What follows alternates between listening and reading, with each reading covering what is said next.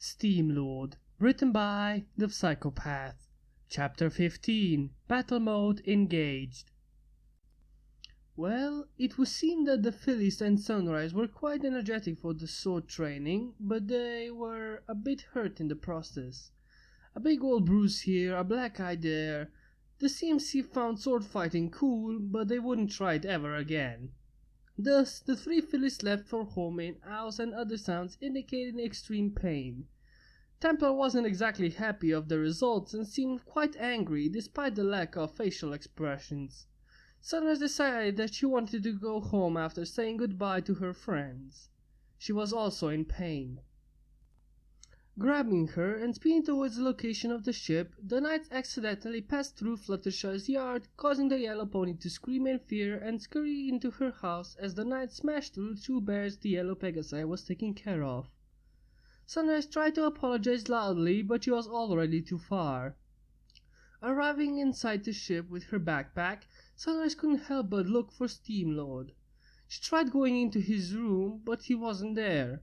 She went to what was supposedly a kitchen, but he wasn't there either. Even in his development room, where she saw him writing the new plans for the knights, he wasn't there. Perplexed, she called out to security system. "Security system, where's Dad?"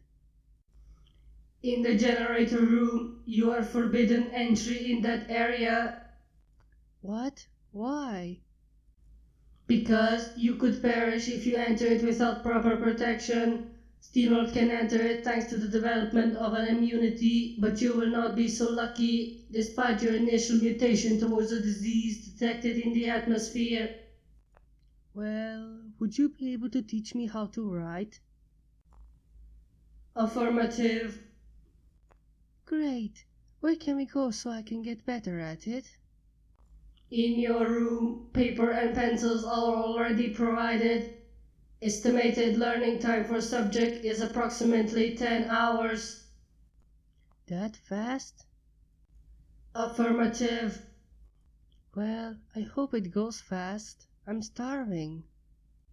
"Steamlord has prepared a meal for you as well. I have just placed it within the bedroom." Sunrise was intrigued. Could her father cook, or was he just bad as most males were? At least, that's as much as she heard. Entering the room, she couldn't help but embrace that great waft of vegetables and jewels. On her desk sat a plate full of vegetables and jewels, all piled neatly into a little decorative mountain. There were also some weird bars on the side of the plate. Sunrise picked one up and looked at it in curiosity. She took a bite out of it, but immediately spat it back out in disgust. "What is that?" "It is a protein bar. As you do not consume meat, your best option for a rich protein diet is the alternative you hold within your claws." "But it's nasty." "Unless you want to become a frail and weak creature, it would be wise to consume those bars.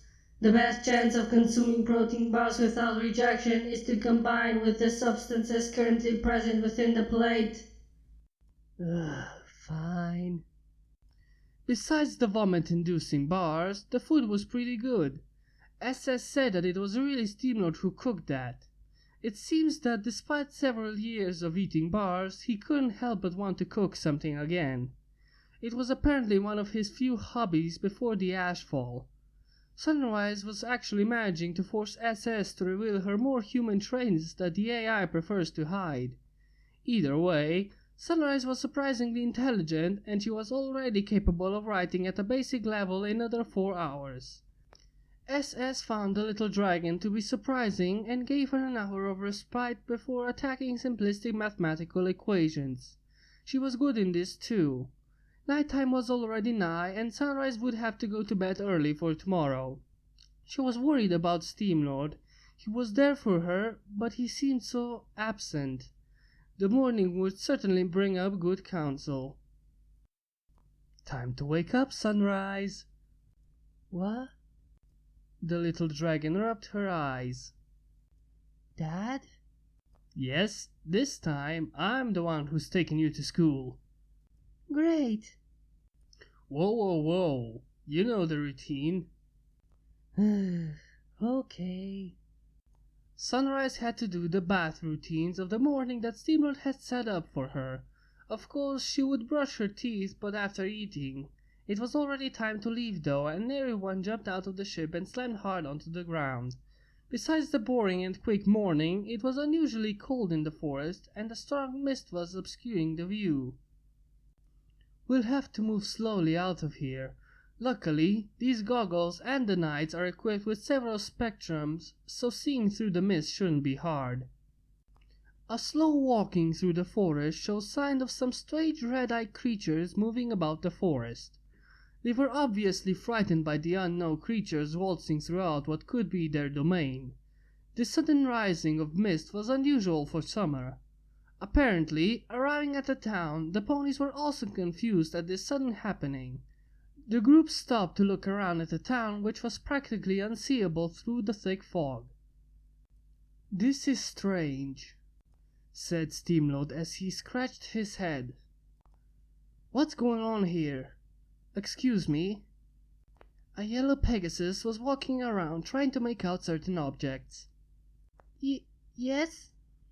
"Is this sort of weather normal?" No, not at all. There wasn't anything even announced." "Shit. Thanks anyways." "No problem." Steamlord turned back to Sunrise. "Well, we're gonna have to be extra careful when we walk." Okay, I don't know why it's so cold though. Mist tends to form with the cold. It goes away when it starts to become hot, normally. So, did you learn anything about Equestria's history yesterday? Oh yeah, a lot. Like the founding of Equestria, the incident with Nightmare Moon, and... Teutonic had unsheathed its claymore and was blocking weird projectiles coming from nowhere. As these projectiles flopped onto the ground, Steamlord recognized them immediately and shouted out into the open. "Hey Icy, why don't you stop hiding? You can't defeat the Crusader Knights." Ah, you recognize my projectiles already. This will serve you none. "How do you two even heal that fast? That's not even possible." "I'm guessing that you're the one who created this icy fog." No, some pony helped. I'm much better fighting in the cold than anywhere else. "An assassin?" I prefer the term paid killer. "That's the same thing. Is that why you decided to hunt for monsters?" They pay more handsomely for taking a beast like you down." "Stay back, Sunrise," Steamlord whispered. Aw, isn't that adorable? You adopted a baby dragon. You're certainly going to turn into a monster to destroy everything. I'll have to get her first." "No! Icy, thou shan't harm an infant!" yelled another voice. Too late. Another knife flew towards Sunrise's back like a soaring needle, but Teutonic caught it, stared at it, and crushed it with a shaking fist. The sound of something screaming within its body could be heard. It sounded like a spinning saw blade. It screeched loudly and obviously hurt Sunrise and Steamlord's ears. Templar and Hospitaller let go of the hilts of their own claymores just to see Teutonic observing the environment. Finally, he caught sight of something and jumped towards it. Screams of pain could be heard as well as the destruction of whatever was near them. Icy was tossed from the mist to the feet of the creator, battered and bruised. Teutonic jumped off its perch and landed with a slam. Icy's head was right between the robot's feet. She shook in fear as she looked at the two shining pieces of metal right next to her and scampered away and hid behind the man's legs. Don't let him near me! Teutonic started to stomp slowly towards her, its hand seemingly crushing stone with no effort whatsoever as it continued its march. Ah! Pathetic. "All right, stallions, that is enough. Disperse the mist." The fog almost immediately dispersed, revealing an entire army of royal guards with Flameblade at the front. The inhabitants of Ponyville had to shield themselves from the wave of mist, but ultimately they all decided to run away from the sight of such a large force. "Monster, you are now placed under royal arrest. You have been charged of several accounts of evil and destruction." yelled Flame. He took out a parchment and let it float in front of his face. You have destroyed half of Clousdale with your flying contraption, you have avoided arrest, you have terrorized the town of Ponyville, you have even been seen with a baby dragon of whom you are not allowed to have. Hey, he's my dad. You can't say those things about him. He didn't do them. Be quiet, Sunrise. This is a far more serious matter than you think. I suggest you flee to Twilight and that yellow Pegasus behind us. But... No buts. Do as I say. Alright, don't get arrested. Pfft, I've seen far worse. A confident nod and Sunrise ran towards Twilight, Sparkle and Fluttershy. In normal circumstances, Twilight would have intervened, but these matters were far too much. To have so many royal guards out at once meant that this was business that even she couldn't stop. What say you? You know, if the princess wants to meet me, she just needs to send an invitation. But that will never happen. Either you come with us without a fight, or we will be forced to kill you and your 3 friends. Then I guess that I will be resisting arrest. So be it. Crusader Knights, initiate battle mode, non-lethal force. The sounds of clinking and the clockwork mechanisms starting to rotate kept the soldiers in place as they stared confusingly at the shining giants. Suddenly, the sound stopped and the robots were already smashing through the guards' ranks. Wah! Guards, pull yourselves together! Start hitting them with Aerial Maneuver 5! Yelled Flame. Surprisingly, one would expect creatures without wings to be stuck to the ground, but Hospitaller and Teutonic flung into the air and grabbed 2 of the guards to throw them powerfully to the ground, smashing through a whole portion of the guards below. The others were just smacked away by the blunt side of the claymores. The 2 knights fell back to the ground and swiped the floor with their feet, tossing some guards lightly into the air. Templar then came through with a piece of armor taken from a struck down guard and threw it at one of the flying stallions. The strength by which it was tossed hit the first stallion with full strength and caused the other 5 behind him to be caught in the strike and get thrown across the area and into a faraway house. Even worse was when the guards started to unleash bolts of magic as well as magical nets and balls of energy. However, the 3 knights started to move erratically amongst each other, swaying randomly but always having one of them in front when the other 2 disappeared behind. Using the claymore, Teutonic struck the blade diagonally towards the feet of the middle unicorn, chopping off a piece of the hoof armor but tossing him into the air. Templar and Hospitaller simply deflected the spells back to the attackers, but Teutonic preferred his method. Grabbing the other 2 unicorns, the knights smashed the 3 together and let go, allowing the limp bodies of the guardsmen to flop on the ground. What are they? Stuttered Flameblade. They are my bodyguards. They are my best creations in robotics. They are the Crusader Knights and I'm their creator, Steamlord. He said as he kept his arms crossed and adorned a face of sternness. I believe they are too preoccupied with my soldiers to pay any attention to you. Flameblade said as he took out his own sword. You're right. Steamlord said as he slightly tilted his head forwards and pointed lazily forward. It would seem that the Royal Guardsmen were the ones destroying everything around them with their attempts at subduing the monsters. Templar even went to grab the tower roof of a damaged building, picking it up and throwing it at the several flying Pegasi in the air, only it went downwards. The outcome of the effect was quite obvious, even as Templar front-flipped and landed on the broken debris. Fine then, we shall duel. I don't think you know how to fight if you are back here. No, but I think my scars of the past will be enough to deal with you. Yeah! Yelled Flameblade as he took a strike at Steamlord, who dodged. Steamlord thought that this buffoon and the now utterly terrorized Icy, who was hiding behind the crate, were idiots with no talent, but this unicorn knew what he was doing. Steamlord was being beaten. Another dodge swipe, but followed by one to the floor, had the man fall onto the ground. Flameblade raised his sword and threw it at the creator, who didn't seem fazed in the slightest. No! Yelled Sunrise, while it shielded the little dragon's eyes as she herself averted the sight. However, the sound of metal hitting metal confused every pony. Looking back up, Sunrise could see that the sword had stopped on the right arm of her dad. What is this? That's impossible. This sword has been enchanted to pass through any creature's skin. Haha, so that's why it doesn't work, Steamlord said as he stood up. He bent towards Flameblade, who was ready to intercept any attack. My right arm isn't exactly made of flesh and bone anymore. The man stretched his hand forward and quickly grabbed the blade. He easily bent it with his right hand, causing Flameblade to jump back in horror as this creature easily bent his favorite sword steel. Still looking baffled at his loss, the monster hunter found himself being strongly smacked to the side of the face. You buffoon! Look what you have done! You threatened my daughter, you destroyed this town, and then you accuse me of these wrongdoings? Like I said, tell the princess to give me a call and then I will gladly stop by. I'm not here to hurt anyone or anything. Also, my bodyguards could have easily killed your soldiers, even with that building piece thrown at them.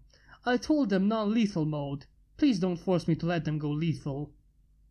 Flameblade's eyes widened, but he regained himself and cleared his voice. Soldiers, we are returning to the castle. We have been defeated. Take the defeat in as a lesson that must be learned for future encounters such as these. Citizens of Ponyville, we shall hunt this creature no longer. We will also pay for the damages. A building crew shall come to Ponyville and That won't be necessary. Huh? Why not? I'm kindly proposing. I accept the kindness, but I believe I have a quicker solution to this problem. When you leave, I shall deploy it.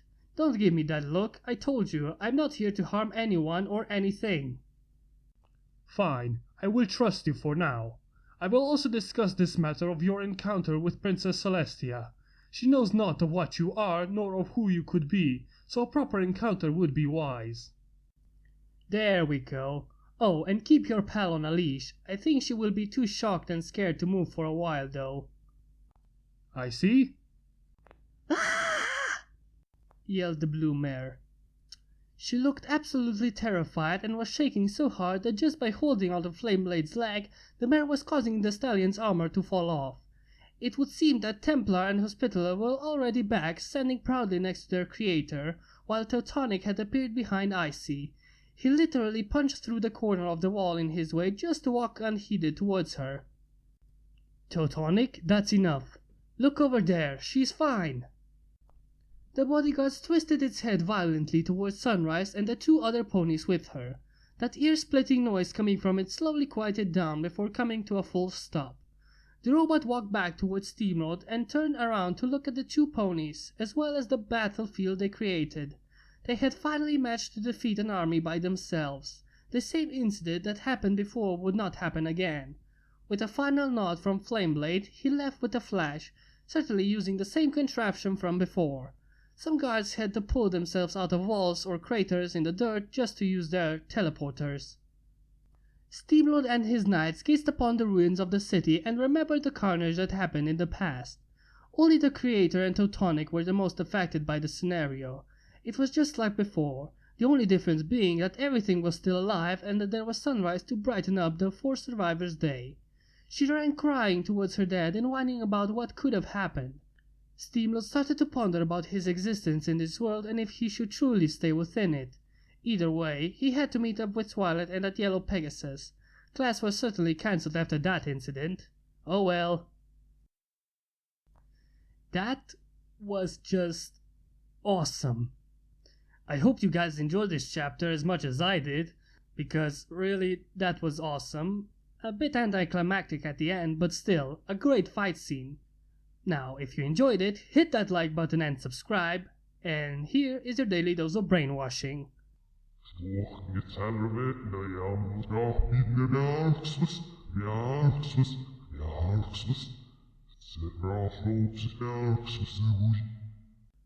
Bye.